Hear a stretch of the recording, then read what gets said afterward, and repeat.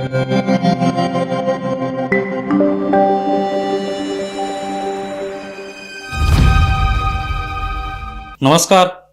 News डंकामध्ये मी महेश विचारे आपल्या सगळ्यांचं मनपूर्वक स्वागत करतो. मित्रांनो, न्यूज डंकाचं यूट्यूब चॅनल आपण सबस्क्राईब केलं नसेल तर कृपया ते सबस्क्राईब करा, ज्यामुळे वेगवेगळ्या विषयांवरचे व्हिडिओ आपल्यापर्यंत येऊ शकतील. अमेरिकेतल्या बोस्टन इथून भारतात आल्यानंतर अभिजित दिपके या तरुणाने कॉक्रोच जनता पार्टीच्या माध्यमातून आंदोलन केलं. जंतर मंतरमधील त्या आंदोलनातून धर्मेंद्र प्रधान यांच्या राजीनाम्याची मागणी केली गेली. तो राजीनामा घेतलाही गेला, पण त्या आंदोलनापासून दिपकेच्या अहंकारात दिवसेंदिवस वाढ होत गेली. कर्तृत्व असेल तर अहंकार एक वेळ पटण्यासारखाही असतो, पण लंगोट बांधली म्हणजे पैलवान झालो असा अनेकांचा समज असतो.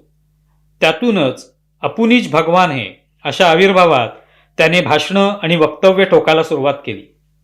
झुरळांना पंख फुटले, त्यांचे पाय आभाळाला लागले असं म्हणूनच म्हणावंसं वाटतं. या आंदोलनातच दिपकेने आपले रंग दाखवायला सुरुवात केली होती. धर्मेंद्र प्रधान यांचा राजीनामा घेतला गेला. आता मोदींचा, अमित शहांचा राजीनामा हवा तर तोही घेऊ अशी भाषा त्याने वापरायला सुरुवात केली. आता जणू देशच आपल्या पाठीशी आहे, आपण ज्याचा राजीनामा मागू त्याला तो द्यावाच लागेल, अशा एका भ्रमात दिपके राहू लागलेला आहे. जंतर मंतरवरील आंदोलनादरम्यान तो म्हणाला होता की मोदी शहांचं आपण राजीनामे घेऊन आणि त्यांना चहा समोसे विकायला बसवू. त्याची ही भाषा अतिउत्साहातून, मिळालेल्या तुटपुंज्या यशातून आलेली नाही तर अहंकारातून आलेली आहे. आता आपण देशाची सत्ता उपटून फेकू शकतो, आपल्याला हवं तसं राजकारण बदलू शकतो, सगळे राजकारणी आपल्यासमोर नतमस्तक आहेत, न्यायालय, पोलीस हे आपल्या तालावर नाचू लागतील, असे या झुरळ पार्टीला वाटू लागलं आहे. बरं, केवळ दिपकेचीच भाषा अशी आहे असं नव्हे, त्याचे सगळे सहकारीच आपणच सरकार असल्यासारखी भाषा वापरू लागले आहेत.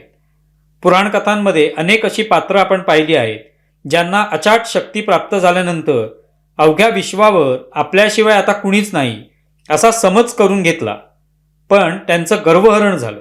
कॉक्रोच हे अशा पात्रांपैकीच एक आहे. कॉक्रोच जनता पार्टीचा प्रवक्ता सौरव दासने म्हटलंय, सरकारपेक्षा सर्वोच्च न्यायालय जर वरचढ असेल तर आम्ही सर्वोच्च न्यायालयाशीच बोलू. आशुतोष रांका नावाचा सहकारी म्हणतो की आता आम्ही शेतकरी संघटनेच्या सोबतीने मोदी सरकारची मिळेल तिकडून कोंडी करू. दिपकेने तर या सगळ्या वक्तव्यांची पातळीच ओलांडली आहे. मुळात दिपके हा कट्टर भाजपद्वेष्टा आहे, हे त्यानेच स्वतः म्हटलेलं आहे. त्याने एका मुलाखतीत स्पष्ट केलं होतं की तो भाजपचा विरोधक आहे. यावरून हे स्पष्ट होतं की दिपके हा विद्यार्थ्यांच्या हिताच्या विचाराने चिंतित असल्यामुळे भाजपावर टीका करत आहे असं म्हणण्याची गरज नाही, तर त्याला भाजपाचं सरकारच नकोय. आपल्याला हिरो बनवू नका असं म्हणणाऱ्या दिपकेला कोणत्याही परिस्थितीत हिरो बनायचे. सध्या नरेंद्र मोदी यांना शिव्या देणं, त्यांच्याबद्दल अभद्र टिप्पणी करणं, राष्ट्रीय स्वयंसेवक संघ भाजपा यांच्याबद्दल ओकाऱ्या काढणं हा प्रसिद्धी, लोकप्रियतेचा सर्वात सोपा मार्ग आहे असं अनेकांना वाटतं. तसे प्रयत्न अनेक लोक करत असतात. देशातील विरोधी पक्षही याच मार्गाने यश मिळवण्याचा प्रयत्न करतात, पण प्रत्येक वेळेला त्यांच्या पदरी घनघोर निराशाच येते. दिपके हा या सगळ्यांच्या पंक्तीत आलेला नवा गडी आहे. दिपकेने मध्यंतरी म्हटलं होतं की मोदींना इंस्टाग्रामवर राहायचं असेल तर त्यांनी इन्फ्लुएन्सर बनावं, पंतप्रधानपद सोडून द्यावं. नंतर तो म्हणाला की मोदींच्या चेहऱ्यावरची लकाकी ही देशाच्या भविष्यापेक्षा जास्त आहे. ही भाषा हेच दर्शवते की दिपकेला आता हवा लागली आहे. पतंगाला जशी हवा मिळते आणि तो हवेत कुणीही नियंत्रित न करता उडत राहतो, तसेच काहीसे त्याच्या बाबतीत झालंय. आपण थेट मोदींनाच आव्हान देऊ शकतो, बाकी इतर नेते वगैरे आपल्यासमोर कसपटा समान आहेत असं दिपकेला वाटू लागलं असावं. दिपकेचे आई वडील त्याचं लग्न व्हावं, त्याने करिअर करावं या छोट्या छोट्या स्वप्नात दंग असले तरी अभिजित दिपकेने मात्र थेट मोदींनाच आव्हान देण्याचं स्वप्न बघितलेलं आहे. तुम्हाला मोदी द्वेषानं पछाडलं की तुम्ही भारतातील राजकारणात येण्यास पूर्ण सज्ज आहात असा एक ट्रेंड बनलेला आहे. जो तो येतो आणि मोदी विरोध करून स्वतःवरच खुश होतो. दिपके हा मुळात पेपरफुटीच्या मुद्द्यावर आंदोलन करण्यासाठी भारतात आला, पण केव्हा तो राजकारणात येण्याचं स्वप्न पाहू लागला हे त्यालाही कळलेलं नाही. अजून त्याने राजकारणात येण्याची भाषा केली नसली तरी शेवटी तो अरविंद केजरीवाल यांचा चेला आहे. ओठात एक पोटात एक ही केजरीवाल यांची तरा आहे. दिपकेने ती आत्मसात केली नसेल असं अजिबात म्हणता येणार नाही. अण्णा हजारेंसोबत लोकपाल आंदोलनात असताना केजरीवालही राजकारणात पडणार नसल्याचं सांगत असत, पण नंतर काय झालंय आपण जाणतोच. त्यामुळेच तो नरेंद्र मोदींना आपला शत्रू मानू लागला आहे. कारण राजकारणात सध्या मोदींना शिव्या देणं म्हणजे आपलं राजकारणात बस्सान बसवणं असा अर्थ काढला जाऊ लागलाय. अर्थात अशा शिव्या देणाऱ्यांची राजकारणात काय गत झाली हे आपण पाहतोच आहोत. पण दिपकेला याचा अनुभव अद्याप यायचा आहे. आंदोलनामुळे आलेल्या नवचैतन्यातून त्याने मोदींना शिव्या देणाऱ्यांना क्लीन चिट दिलेली आहे. चेष्टेने काही लोक बोलत असतील तर त्याचं एवढं काय, अशी भाषा ही कॉक्रोच गँग करू लागली आहे.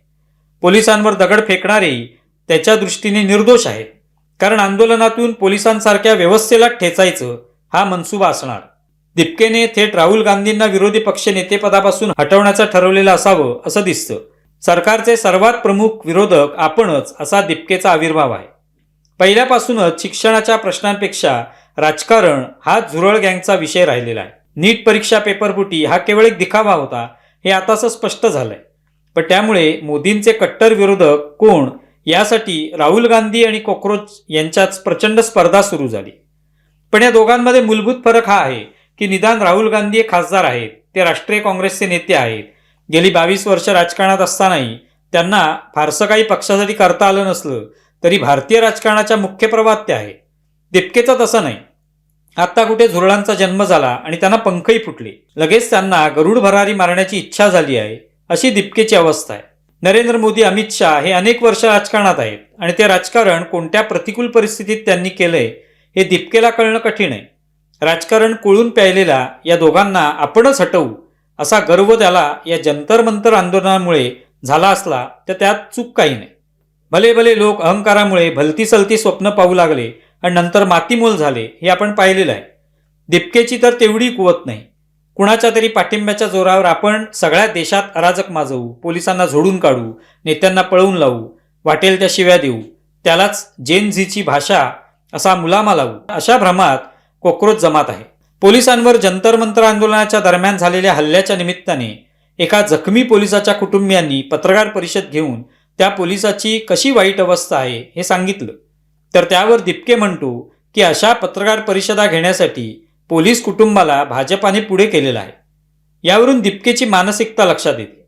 खरं तर एक आंदोलक या नात्याने त्याने जखमी झालेल्या पोलिसांची भेट घ्यायला, त्यांच्या नातेवाईकांना दिलासा द्यायला हरकत नव्हती. पण त्याचा मूळचा पिंड हा संवेदनशील आंदोलक असा नाही, तर जंतर मंतरवर जसं यश मिळालं त्याच पद्धतीने आता देशातील विविध भागात गोंधळ माजवून आपण सगळीकडे दहशत निर्माण करू शकू, सरकारला गुडघ्यावर आणू शकू, असा त्याला गर्व झालेला आहे.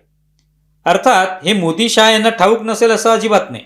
असे अनेक राजकारणी आज देशाच्या राजकारणात सरपटताना दिसत आहेत.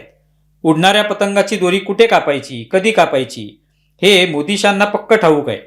एकदा दोरी कापली की पतंग तारेत अडकतो किंवा झाडाला लटकतो, तो कायमचाच. त्याला सोडवण्याचा प्रयत्न फारसं कुणी करत नाही, हे वास्तव आहे. तुम्हाला विषय कसा वाटलाय जरूर कळवा. आमचा व्हिडिओ जास्तीत जास्त लाईक करा, शेअर करा आणि आमचं यूट्यूब चॅनल सबस्क्राईब करा. धन्यवाद.